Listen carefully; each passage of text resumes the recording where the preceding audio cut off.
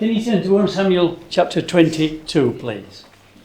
1 Samuel 22. I've looked at this once before, actually, but I've never looked at it in detail. And I thought there's some interesting things happen in David's life. He's at the cave of Adullam. And, well, let's just go through it and let's see where we are. See if it helps us to remember the Lord this morning.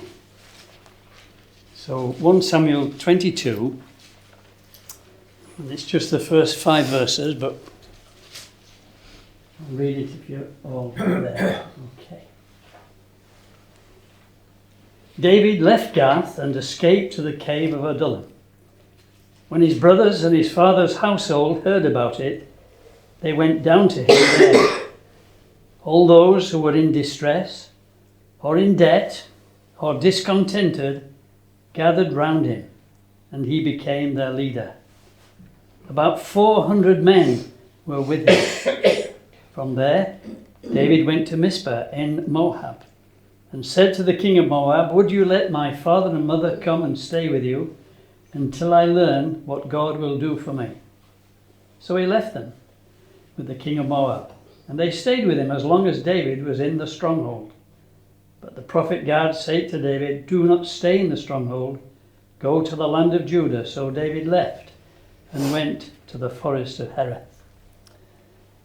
It's only a short reading, and it's just those 3 words that really caught my attention, where they met with David in this cave. First of all, this cave of Adullam, I went on the internet to try and find a little bit. You see, when I got some notes, it's quite amazing really.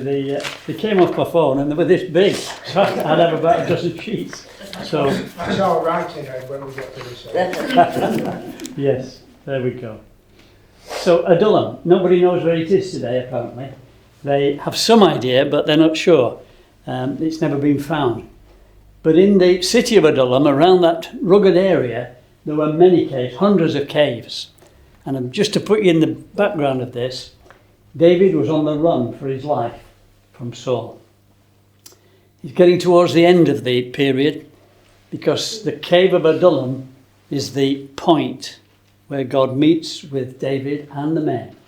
And from there is the formation of an army that will eventually take over, and David will become king. Now, the interesting thing I thought was this cave must have been huge, 400 men meeting in it. And look at the type of men that are brought. And I'm trying to think of the type of people we are that's brought us to this table this morning. And it says about them, all those, when they heard he was in the cave of Adullam, I don't know how word got around that quickly. There were no phones, no mobile phones, nothing there, whether it was heralded, whether people ran and told David's in Adullam, we don't know. But the thing was, when they heard he was there, they went to him. Now you have to be very careful here, because Saul would kill anybody that had any dealings with David. If we read the previous chapter, we'd read about David going to take the showbread. He was hungry, took it out of the temple. When Saul had heard that he'd been there, he went and he killed all the priests. Every one of them lost their life because they'd associated with David. So now he goes into the cave, and the people hear he's there, and look at the type of people who went. The type of people who went were those who were in distress, those who were in debt, and those who were discontented. We're gathered here to remember the Lord Jesus in the breaking of bread and the drinking of the wine. It's symbolic. Nothing magical there, but the bread reminds us of his body broken, the wine his blood shed. But they went to David as a leader. They made him commander of them. And that was the start of his army. But they were the people who looked up to David. They revered him, yes, not as a god, but as a man. And he was the man that had slain his tens of thousands, not like Saul. They really looked up to him. And I thought, why are we here this morning? We are looking up to the Lord Jesus. We're going to remember him. What kind of people are we that remember him? Are we better than anybody else? Are we the cream of society? No. No, we're ordinary people. In fact, we're sinners. Every one of us, we're sinners. But why do we come to the table? Because we've been saved. We've been born again. And these were people who came to David because they had nowhere else to go. And he was going to help them. There were people who were in debt.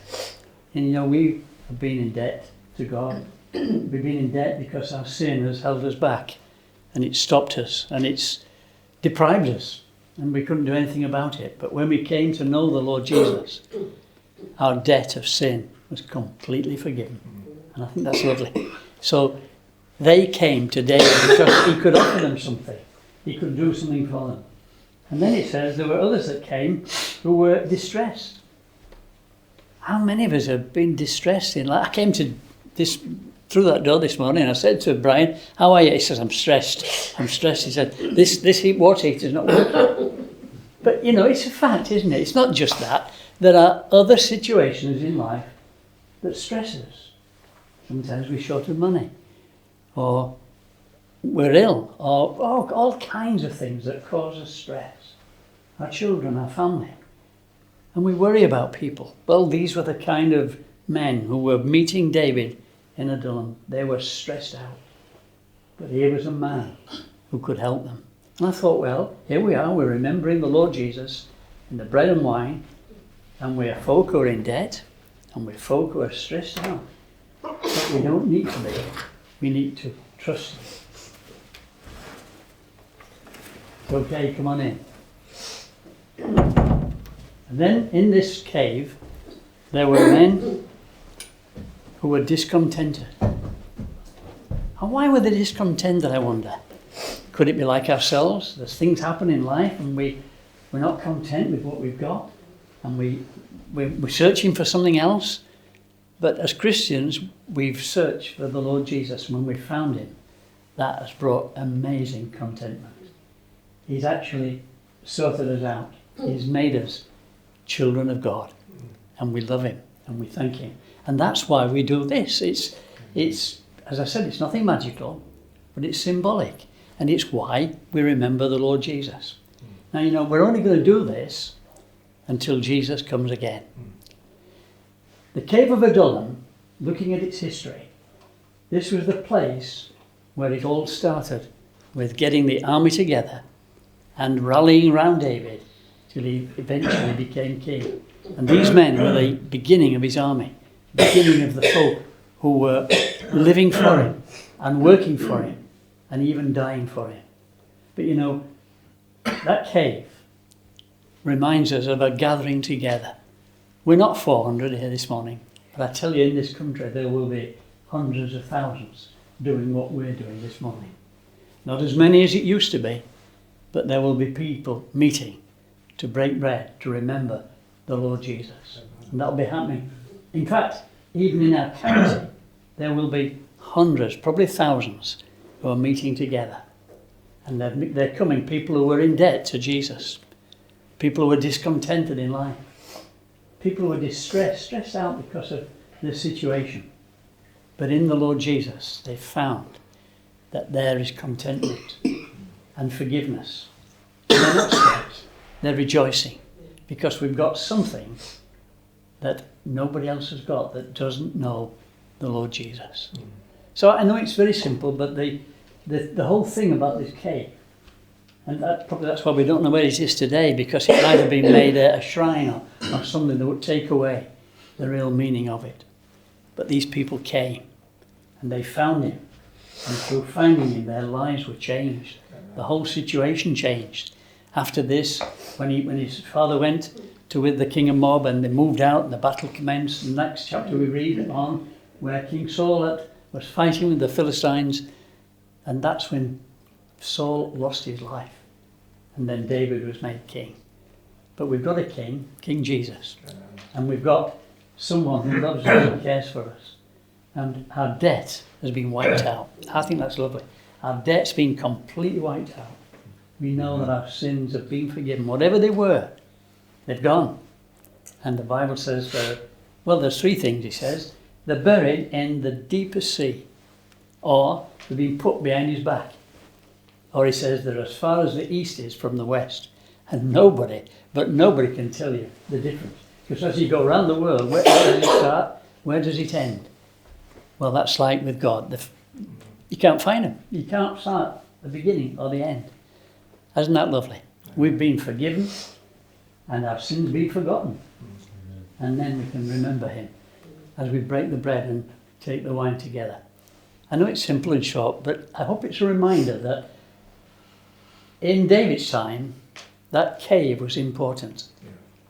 And the people were important. And they found in David their leader. Well, we found him in Jesus. And I hope that helps us to just take us into the theme of remembering him this morning. Thank you.